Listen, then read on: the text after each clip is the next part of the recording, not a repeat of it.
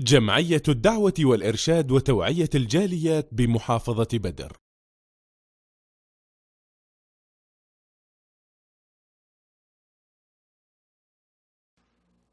আমরা মানুষ আদম সন্তান, আমাদের মন শুধু পাপের দিকে ধাবিত হয়। ইবলিস শয়তান পাপ করানোর জন্য পাপ কাজগুলিকে সৌন্দর্যমণ্ডিত করে আমাদের চোখের সামনে দেখায়। অনেক বন্ধু বলে থাকেন, কিভাবে পাপ থেকে বাঁচব, অন্তরে তো শুধু পাপের দিকে টানে, কিভাবে বাঁচতে পারি? পাপ থেকে বাঁচতে হলে এই ঘটনাটি শুনুন এবং একটু চিন্তা করে দেখুন। এক যুবক বিশিষ্ট একজন ইসলামিক চিন্তাবিদের কাছে আসলেন। আসার পরে বললেন, হে শায়েখ, আমার মন তো শুধু পাপের দিকে ধাবিত হয়, এ থেকে তো আমি আর বাঁচতে পারতেছি না, আমাকে উপদেশ দিন। তিনি তার সন্নিকটে নিয়ে আসলেন এবং কাঁধের উপর 2 হাত রাখলেন, রেখে বললেন, হে যুবক, তুমি যদি পাপ কাজ করতেই চাও, করবে গোপনে, আল্লাহর চোখের আড়ালে, আল্লাহ যেন না দেখেন। যুবক বলল, তা কি করে সম্ভব? আল্লাহ রাব্বুল আলামিনের চোখের আড়ালে তো কখনো হওয়া সম্ভব নয়। তিনি তো গোপন প্রকাশ্য সব কিছু দেখেন, সব কিছু শুনেন, সব মনিটরিং করতেছেন। শায়েখ বললেন, তাহলে কেন তুমি পাপ করো? আল্লাহকে ভয় করো। পরবর্তী বললেন, আরো উপদেশ দিন। তখন তিনি বললেন, তুমি যদি পাপ করো, করো, সমস্যা নেই, আল্লাহর নাফরমানি করো, সমস্যা নেই, তবে আল্লাহর জমিনে নয়, এই থেকে অন্য কোথায় যেয়ে করবে। যুবক বলল, আল্লাহর এই পৃথিবী ছাড়ার কোথায় যাওয়ার রাস্তা আছে? তখন শায়েখ বললেন, তুমি পাপ কাজ করবে আল্লাহর এই জমিনে, অথচ আল্লাহ রাব্বুল আলামিন তোমার দায়িত্বে আছেন, তিনি সবকিছু পরিচালনা করতেছেন। তুমি কি তার গজব আযাবের ভয় পাও না? আল্লাহকে ভয় করো, পাপ কাজ করবে না। পরবর্তী বললেন, আরো উপদেশ দিন। তখন তিনি বললেন, তুমি পাপ কাজ করবে, করো, তবে আল্লাহর রিজিক ভক্ষণ করবে না, অন্য কিছু খাও, খেয়ে নাফরমানি করো।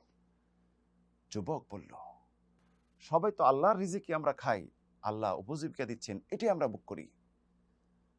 তখন শায়েখ বললেন, তুমি কিভাবে আল্লাহর নাফরমানি, আল্লাহর অবাধ্য হতে চাও, অথচ আল্লাহ রাব্বুল আলামিন তোমার উপর দয়া করতেছেন, তিনি তোমার উপর রহমত করতেছেন।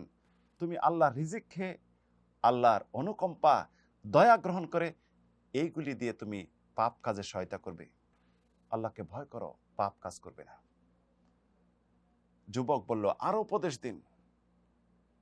তখন তিনি বললেন, তুমি যদি পাপ কাজ করো, করো, নাফরমানি করো, করো, যখন আজরাইল মৃত্যুর ফেরেশতা আসবে, মালাকুল মাউত আসবে, তখন তাকে তোমার রূহ আত্মা দিবে না, তার সাথে ঝগড়া করবে, প্রয়োজনে লড়বে, তাকে আত্মা দিবে না।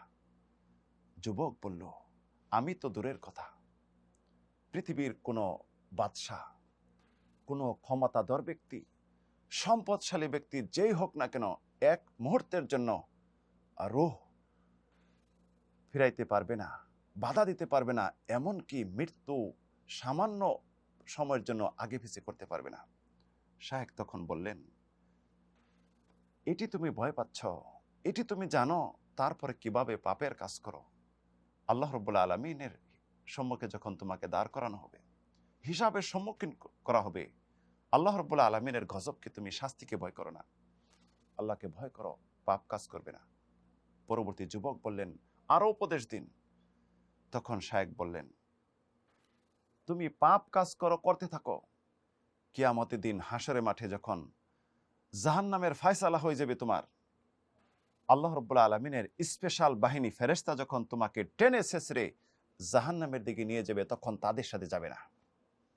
যুবক বলল, কিভাবে মুক্তি পেতে পারি, কিভাবে তাদের থেকে পালাইতে পারি? তারা তো আল্লাহর আদেশের অমান্য করবে না। গিলাদুন শিদাত লা ইয়াসুন আল্লাহ মা আমারাহুম ওয়া ইয়াফআলুনা মা ইউমারুন। তারা কঠোর প্রকৃতির হবে, কঠোর হৃদয়ের হবে, আল্লাহ যা আদেশ করবে তা বাস্তবায়ন করবে, সামান্য পরিমাণ এদিক সেদিক করবে না, কিভাবে বাঁচব? শায়েখ তখন বললেন, আল্লাহকে ভয় করো, আল্লাহর শাস্তির ভয় করো এবং এই পাপ থেকে সম্পূর্ণ নিজেকে মুক্ত করো। 5টি উপদেশের মাঝে একটি উপদেশই আমাদের জন্য যথেষ্ট, এত উপদেশ প্রয়োজন নেই।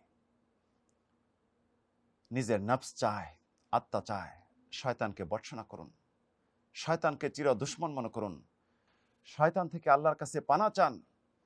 যদি পাপ কাজ কখনো হয়ে যায়, তখন ভালো কাজ দিয়ে পাপ কাজকে মুছে ফেলানোর চেষ্টা করুন। তাই বিশ্বনবী বলেছেন, ইত্তাকিল্লাহ হাইসুমা কুন্ত তামহুস সাইয়্যাতাল হাসানা। যেখানে থাকো না কেন আল্লাহকে ভয় করো এবং পাপগুলিকে পুণ্য সওয়াব দিয়ে মুছে ফেলার চেষ্টা করো এবং মানুষের সাথে ভালো আচরণ করো। বেশি বেশি ইস্তেগফার করুন, কোরআন তেলাওয়াত করুন, মহান রব্বুল আলামিনকে হাজির নাজির জানুন।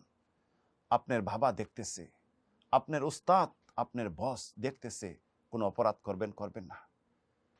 সকলের স্রষ্টা, মহান স্রষ্টা আপনাকে দেখতেছেন, শুনতেছেন, জেনে বুঝে তার রিজিক খেয়ে তার ভয় হয় না। অন্তরে আল্লাহর ভয় নিয়ে আসুন, দেখবেন পাপ কাজও হবে না। দুনিয়াতে আপনি সফল কাম হতে পারবেন, আখেরাতে মহা সফল কাম জান্নাত পেয়ে আপনি ধন্য হবেন।